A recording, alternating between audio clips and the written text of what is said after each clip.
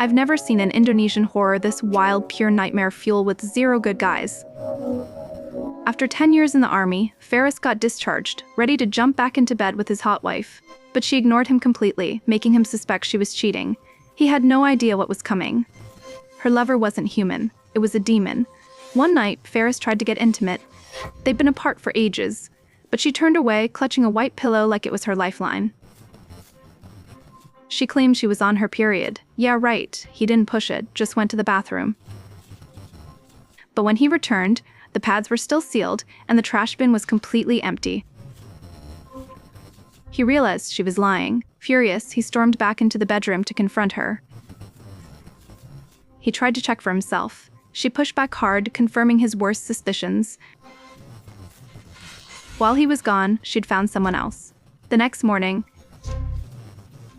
he woke up and she was gone. As he stared blankly, someone knocked. It was Mita, her best friend. She said she was picking up the kid because Tina's scriptwriting kept her too busy. Ferris asked where Tina actually was. Mita played dumb, saying she thought Tina was at some hotel. And that hotel manager? He was the director of Tina's film crew. Ferris thought of Hollywood scandals. Of course he suspected the director. After Mita left, his old neighbor walked by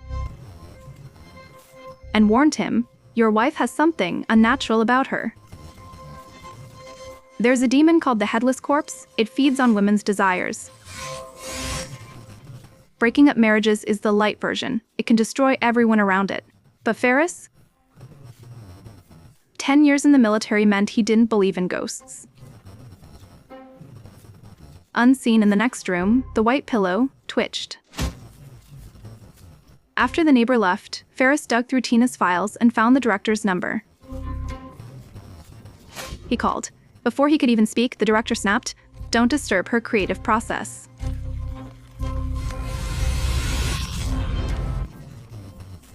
To Ferris, that was a direct insult. He flipped the entire house upside down. He found photos, Tina with some guy, way too close. Must be the director. But photos weren't enough proof. So he hired a private detective to get the full story. Back home, Mita came by to pick up the kid. Since they were besties, Ferris asked, "Why has she changed?" Mita didn't answer. Instead, she started flirting with him. Ferris wasn't as loyal as he looked. Soon they were tangled up together. Luckily, the little boy walked in, needing a bath. Halfway through, he froze, staring at the ceiling covered in blood. Ferris saw nothing. The boy whispered, "Don't move," then hid in the tub. When Tina finally came home, she pulled him out. Ferris lunged. "Are you sleeping with the director?" She exploded, yelling back at him. Then blood gushed from the ceiling. The lights flickered wildly. Tina's eyes rolled back. She convulsed. All the lights died. He heard her voice nearby, but couldn't find her anywhere. He lit a candle, saw her legs spread, trembling violently. He rushed to hold her, then glanced at the mirror. The pillow moved. He turned around, nothing there. That night, as he slept, Tina moaned again, hugging the pillow tight. He threw it on the floor. She finally calmed down. The phone rang. It was the detective. Found the hotel room. The director came out confirmed.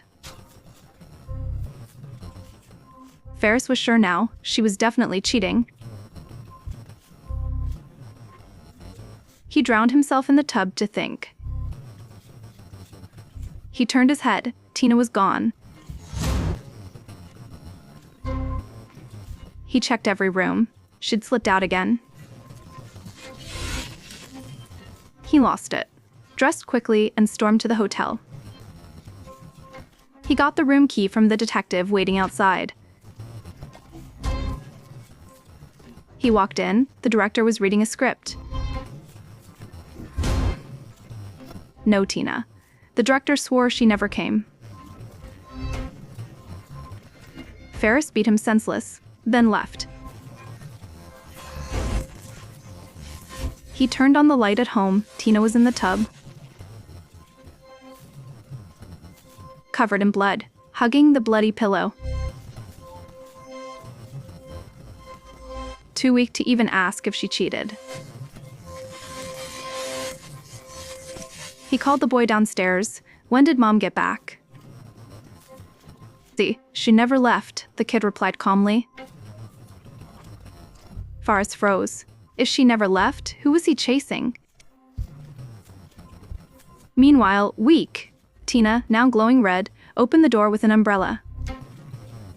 She hailed a cab, heading straight for the director's hotel. The driver eyed her, assuming she was a hooker. He reached out to grab her thigh.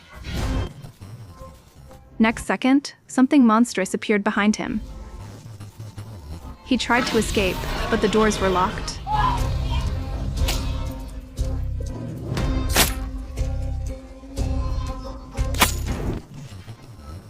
He smashed into the glass, dead. Tina skipped happily into the hotel lobby. The detective spotted her immediately. Professional as ever, he followed her closely. But Tina knew he was there. She moaned loudly in the room, luring him inside.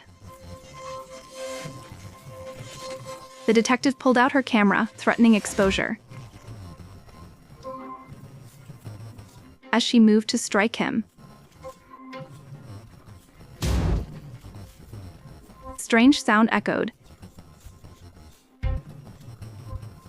She raised the camera, seeing the demon just in time.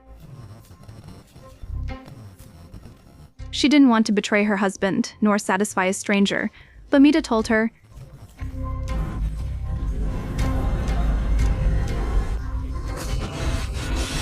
though Turner stayed loyal, the moment Mita spoke, trouble arrived.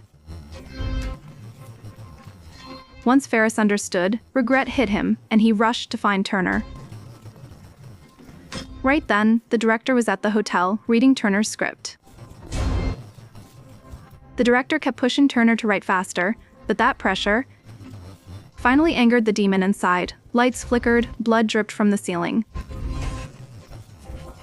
The demon appeared, freezing the director, while controlled Turner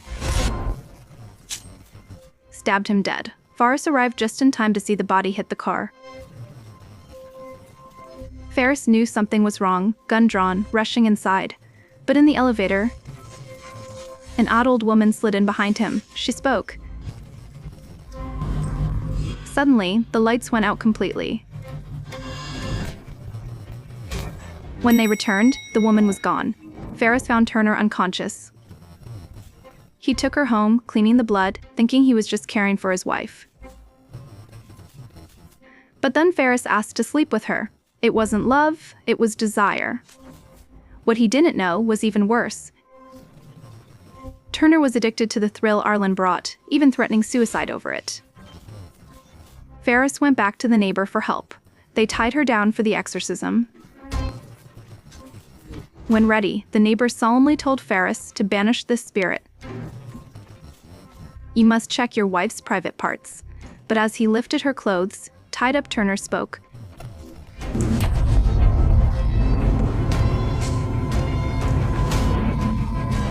The next second, she levitated, screaming in agony. Just then, Mita arrived home with her son. Enraged, Ferris grabbed Mita. What did you do? He shoved Mita against the wall. Fix her, even give up your body. The demon appeared instantly, possessing Mita. Mita's eyes rolled back. She ran out into the street, then into a tunnel, bashing her head against the ground until her skull shattered. She collapsed, dead. Meanwhile, the fake exorcist neighbor took advantage of Ferris's absence, dropping his act. He pulled off his clothes, ready to capture the demon, but Ferris burst back in. He beat the old man senseless. Then, all candles went out. When relit, his wife was gone, free from the ropes. The old man tried to flee, but the demon blocked his path. His eyes rolled back, just like Mita's. He started slamming his head into the wall. Ferris rushed in, grabbed his hair, and smashed his head into the wall twice. The old man was dead. Then, his wife screamed again. Ferris burst in, finally seeing the demon's true form. What he saw shattered him. He collapsed, unconscious. When he woke, he was tied to a theater seat, surrounded by 4 corpses. His possessed wife accused them all, saying even her husband was no different. Just another man wanting to own her body, forcing obedience. Ferris would never understand what he was really fighting, the demon inside her, or the rotting jealousy inside himself. When desire's chains snap, humanity becomes more monstrous than any demon. That fake exorcism? Just a sliver of the hell that is human nature. The real demon isn't in the dark, it's in your heart.